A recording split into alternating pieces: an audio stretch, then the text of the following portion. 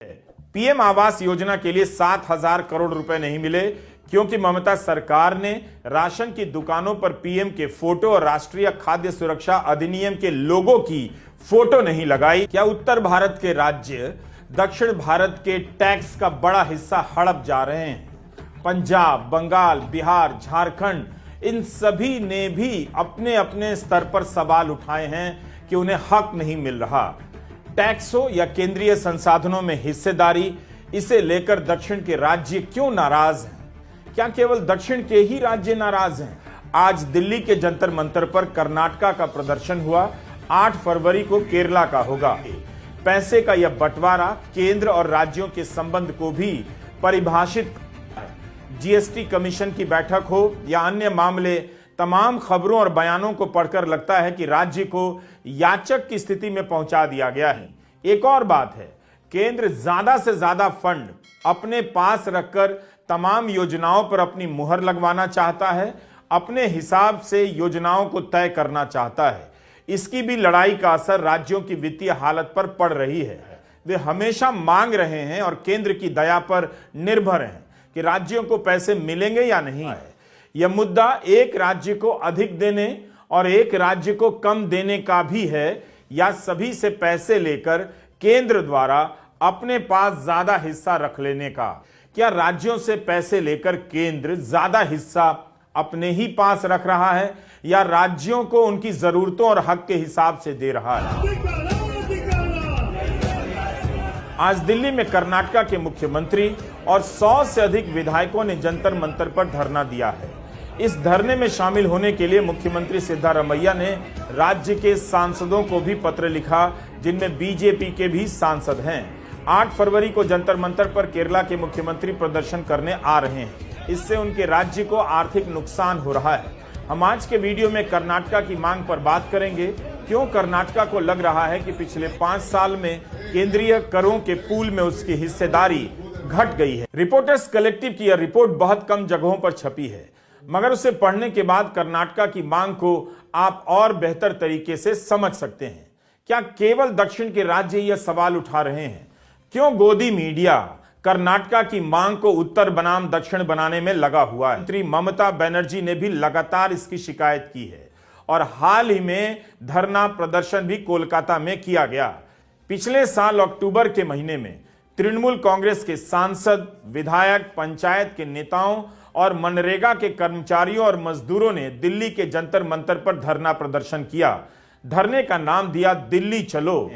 तृणमूल सांसद अभिषेक बनर्जी ने केंद्र पर इल्जाम लगाया कि प्रदर्शनकारियों को धमकाया जा रहा है। टीएमसी ने कहा कि मनरेगा के जिन लाभार्थियों को राशि नहीं मिली है, उनके लिखे 50 लाख पत्र केंद्र सरकार को दिए जाएंगे। यही नारा कर्नाटका का भी है। इनका आरोप था कि केंद्र द्वारा पीएम आवास योजना और मनरेगा से संबंधित 15,000 करोड़ के फंड रिलीज नहीं किए गए हैं। उनके चले जावे, राज्य सरकार देवे। अक्टूबर से जनवरी आ गया, जब कुछ नहीं हुआ तो इस बार ममता बनर्जी दिल्ली नहीं आई, लेकिन कोलकाता में बड़े पैमाने पर धरना प्रदर्शन का आयोजन किया गया। ममता सरकार ने कई योजनाओं के संदर्भ में आरोप लगाए हैं कि केंद्र सरकार पैसे नहीं दी है। पीएम आवास योजना के लिए 7,000 करोड़ रुपए नहीं मिले क्योंकि ममता सरकार ने राशन की दुकानों पर पीएम के फोटो और राष्ट्रीय खाद्य सुरक्षा अधिनियम के लोगों की फोटो नहीं लगाई। थक हारकर ममता बनर्जी ने 2 फरवरी को कह दिया, अगर केंद्र से पैसे नहीं आएंगे तो राज्य सरकार ही 21 लाख मजदूरों के खाते में पैसे का भुगतान कर। तृणमूल सांसद डेरेक ओब्रायन ने इस बात पर बयान दिया कि अब बीजेपी फिस्कल फेडरल टेररिज्म चला रही है। झारखंड के पूर्व मुख्यमंत्री हेमंत सोरेन ने भी केंद्र से बार बार राज्य के हिस्से की मांग की है। कहा है कि केंद्र की खनन कंपनियों पर राज्य का 1,36,000 करोड़ रुपया बाकी है, उसका भुगतान नहीं हो रहा। उनके और भी बयान है कि राज्य में प्रधानमंत्री आवास योजना के योग्य लोगों को पैसे नहीं दिए जा रहे।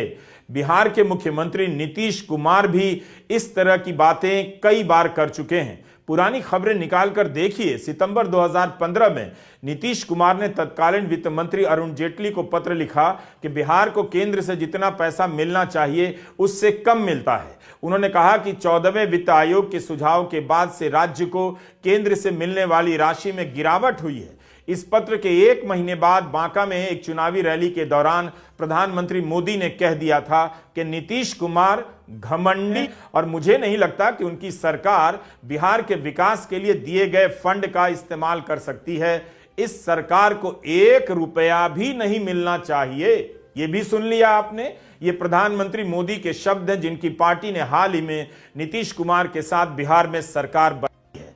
अब हम आते हैं कर्नाटका की मांग पर। राज्यों के हिसाब से देखें तो सकल प्रत्यक्ष कर के केंद्रीय पूल में महाराष्ट्र, दिल्ली, कर्नाटका, तमिलनाडु का सबसे बड़ा योगदान है। यह आंकड़ा खुद सरकार ने दिसंबर 2023 में राज्यसभा में दिए। तमिलनाडु 1 रुपया केंद्र सरकार को देता है, उससे उसे वापस मिलता है 29 पैसा। इसमें भी महाराष्ट्र अगले राज्य से 3 गुना अधिक टैक्स देता है। लेकिन उत्तर प्रदेश 1 रुपया देता है तो वापस मिलता है 2 रुपये 73 पैसे। महाराष्ट्र का हाल देखिए, 1 रुपया टैक्स देता है, 8 पैसे वापस मिलते हैं।